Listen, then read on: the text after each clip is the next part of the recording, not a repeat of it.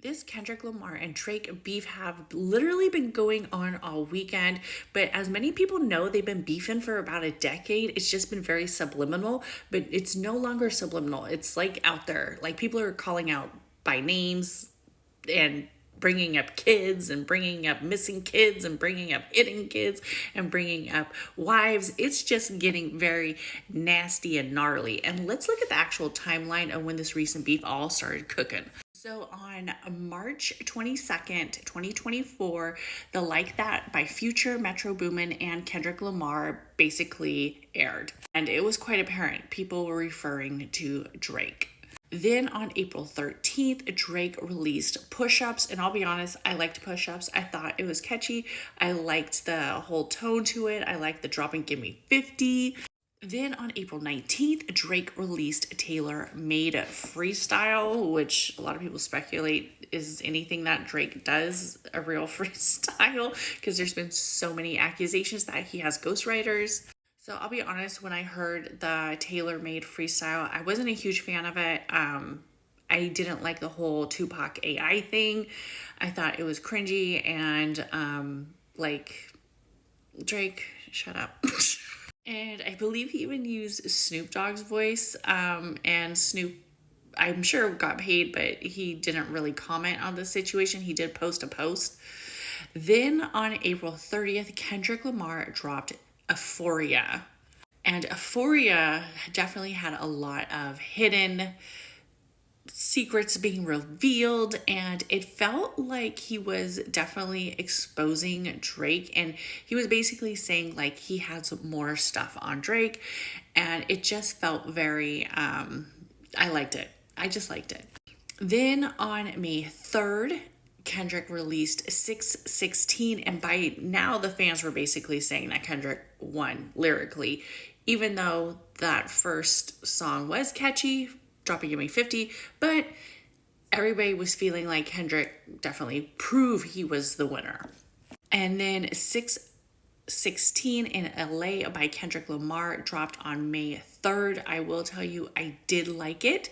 I didn't like it as much as Euphoria, but I thought it was back to keeping this beef alive. Then Drake dropped Family Matters, and that was on May 3rd, and he basically didn't really give Kendrick that much time to push out 616. That's what I thought.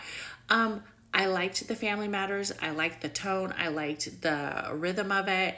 I liked some of the Drake lyrics, but then again, you know, I'm not a huge believer that Drake writes his own lyrics. And the reason why is because of the way Drake communicates with the public. It's very, you know, some of his lyrics I do think are very Drakey. This one, I felt like he had some help with it, especially with the beat, but I love Drake's beats. Then Kendrick came for his head. He basically just said, yeah. And he released Meet the Grams on May 2024. And that lyrically and just the way he went after Drake, and you could tell like he had a lot of emotion and energy, and it just felt like powerful. It felt like, whoa, this damn. But a lot of people were saying that lyrically, a lot of fans couldn't keep up with Kendrick, that it almost felt like you were decoding a situation, like we were solving a puzzle, somebody get the Rubik's Cube. Like, it was intense. It was very Gemini energy, and that's one of the things that I love about Kendrick and also Tupac.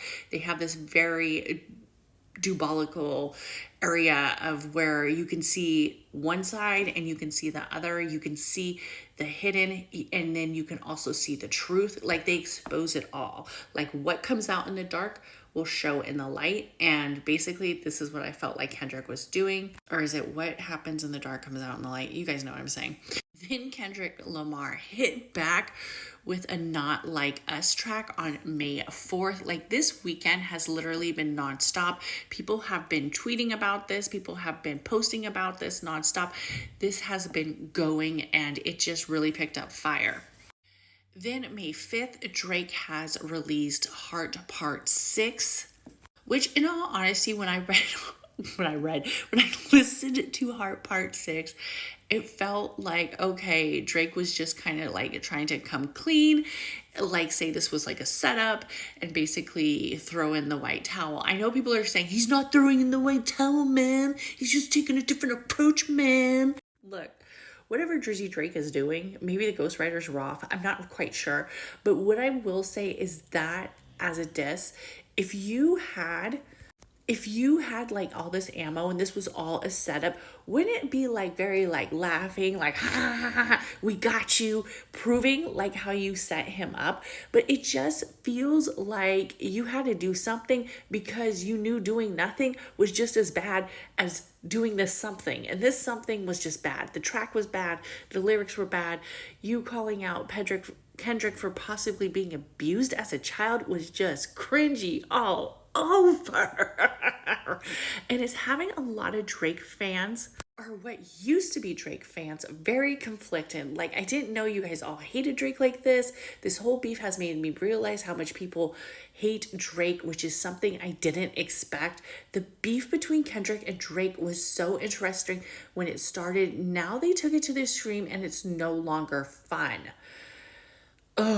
It's not gonna end well. They must let it go. So, as a hip hop fan and somebody who loves rap, like rap in all honesty is my primary genre. It's either spiritual music or rap. I know. It's like J. Cole, kind of. But he chose peace, right? So, where does this leave us? In all honesty, I would just think by now, what else is there to say? I mean, I personally think Drake should just bow down gracefully, which I think he has done. But honestly, I could see Kendrick dropping like 5 more tracks and them all being amazing while Drake is just feeling exhausted. And I feel like his stomach hurts by now. But this is, let me know. What do you guys think? Should this end or should it keep going?